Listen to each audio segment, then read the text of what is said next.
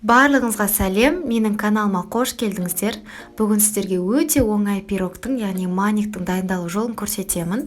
Құрамында бірде-бір жұмыртқа болмайды, және де дайындалу кезінде венчик пен миксердің қажеті жоқ. Сондықтан менімен бірге соңына дейін болыңыздар. Ең алдымен айранға манная крупаны саламыз да, оны жақсылап араластырамыз.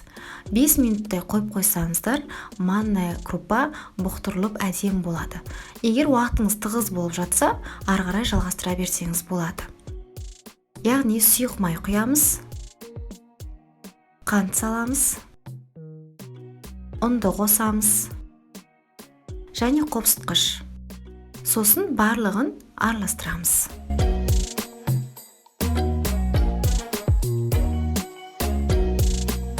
Бізде осындай қою масса, яғни қамыр шығу қажет.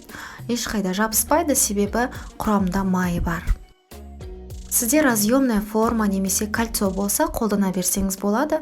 Менде диаметр 20 см, егер де рецепт 2 есе көбейтетін болсаңыз, 26 см қолданасыз. Сонымен 180 градуста 30 минут пісіреміз.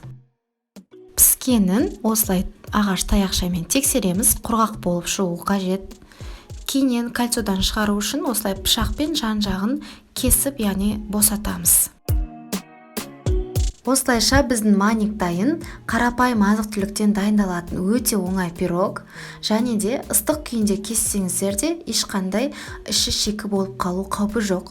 Сондықтан міндетті түрде жасап көріңіздер, үй-іштеріңізге ұнайтыны сөзсіз. Егер де менің видео рецепт ұнаған болса, міндетті түрде лайк басып, тіркеліп қойды ұмытпаңыздар. Және де жаңадан рецепттерді өткізіп алмау үшін колокольчикке де басып қойыңыздар.